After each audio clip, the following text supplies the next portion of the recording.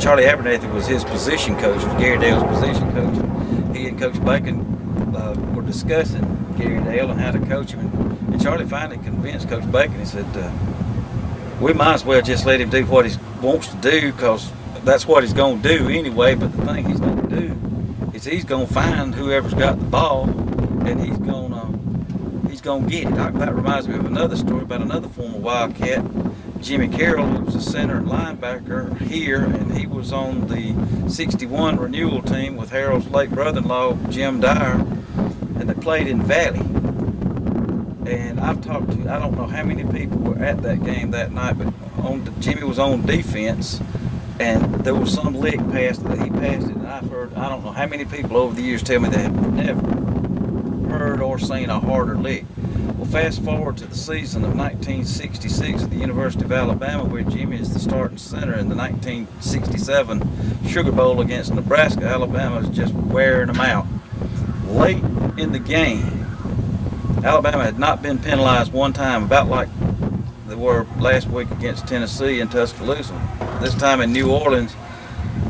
So Coach Bryant had sent in Joe Kelly from Skipperville, Alabama, as the third quarterback. First play, Joe drops back and threw the ball deep, and it was intercepted.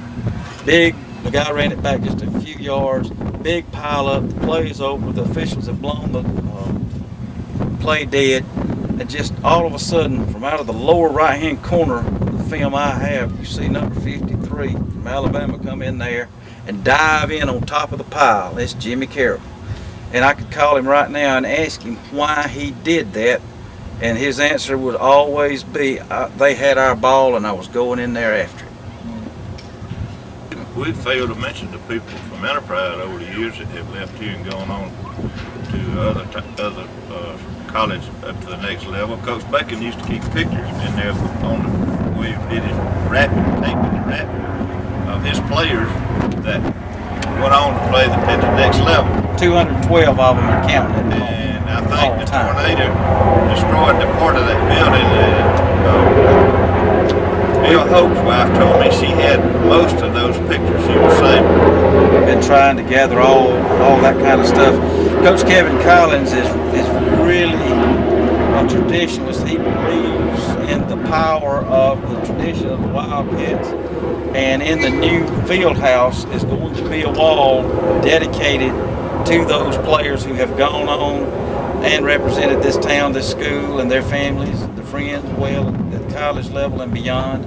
It's also going to honor those who have outstanding high school careers, and he's real attuned to that sort of thing, and he tries his best, as well as do our coaches on the coaching staff. We've got a bunch of them who were Wildcats in their youth. Carlos has helped coach them over the years, and the tradition is really important to these guys, and hopefully by you doing this film and all this, that it will continue to be. I know I help now with the radio broadcasts, and it's online now, and we've got people all over the globe. I'll get emails from people on Saturday wanting to know just exactly what was going on that we couldn't describe accurately on the radio, because as Harrell will tell you, you can't always tell what you're watching. We don't know the proper language to use, and there's stories we're not going to talk about for this, I'll guarantee you about that, but it's still fun. Yes.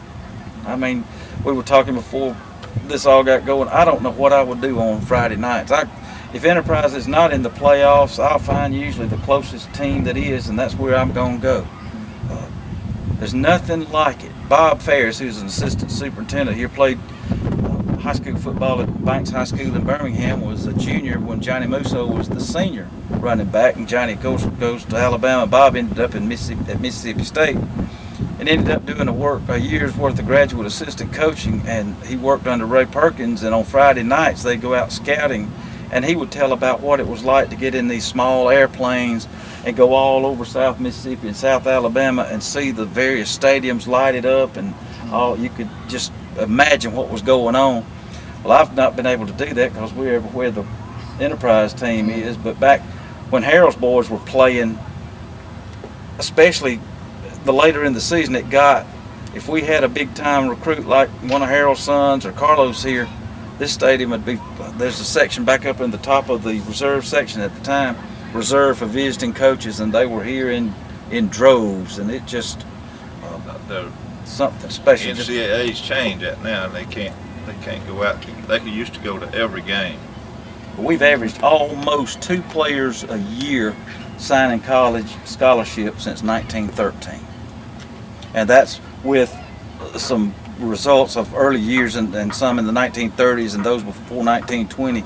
Those records are lost to history, and I've been compiling a history of this program for a little over 40 years probably, and it's a little over 400 pages that should have been published already, but in light of the tornado and all the aftermath of it, this season's going to wind it up, hopefully not tomorrow night, because we need to play another few weeks.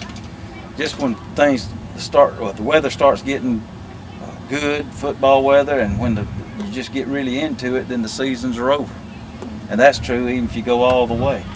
One thing we can mention, talk about how town closed.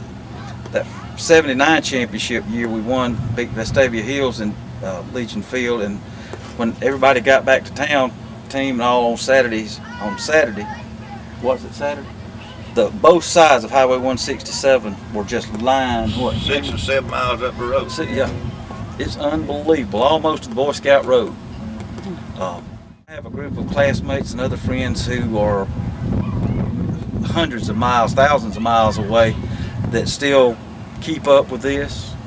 They love it, and I've got a bunch of them who have called and expressed their sadness that they won't be able to be here tomorrow night, and one mentioned the fact that 600 miles is a long way to go. I said, it ain't if you're a true Wildcat. I mean, you know, just let your conscience be your guide, do what you think you need to do, but the rest of us will be here. And this, of course, is the 30th anniversary of the 79 championship team, and a bunch of them are going to be here tomorrow night. And Carlos, your other son, Nigel, what's he going to be doing here tomorrow night?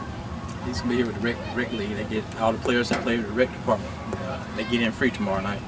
In their uniform, in their shirt, jerseys. Wear the jerseys and get to shake the players' hand. They all going to be the future Wildcats. And that's how the tradition keeps perpetuating itself. Yeah. My grandson, of course, helps me in the press box now, and he's the best spotter that's ever been. He's got eyes that work better than binoculars do with me. But it's fun to see now Harrell's grandson play.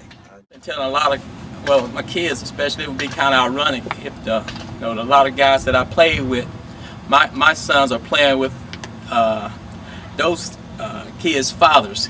And I was telling my son that it would be kind of ironic if they were be the next, if they would be the ones to win the next state championship right here in Enterprise. And I just can feel it in my heart that it's coming, and it's coming real soon. We got so much talent right here in Enterprise. I mean, it's just coming in a big wave, and I just, just want the people in Enterprise just be patient and just hold on tight, cause I can just feel the state championship is going to be back here in Enterprise real soon. So I can remember as a little boy standing right down there at that gate, just like Carlos was talking about, and seeing, I think it was during the Eufaula game, Jerry Sneed came off the field at halftime, helmet off, blood all over him. I thought, oh my God, we ain't got a chance. We ain't got a chance. But somehow or another, he miraculously recovered, about like they used to on wrestling. He came back out, was fine in the second half, and we won. Over Coach Bacon's 25-year career, I heard people say time after time, well, Bacon does the same thing year in and year out. We need to change. I said, well, I don't want to change a whole lot. We're winning about 75% of the games. I think many people can say that. What I would say for the upcoming Wildcats, say it to their parents. Get your young'uns over here on Friday night and let them be a part of this from the time they can walk, and it's something that'll last them a lifetime.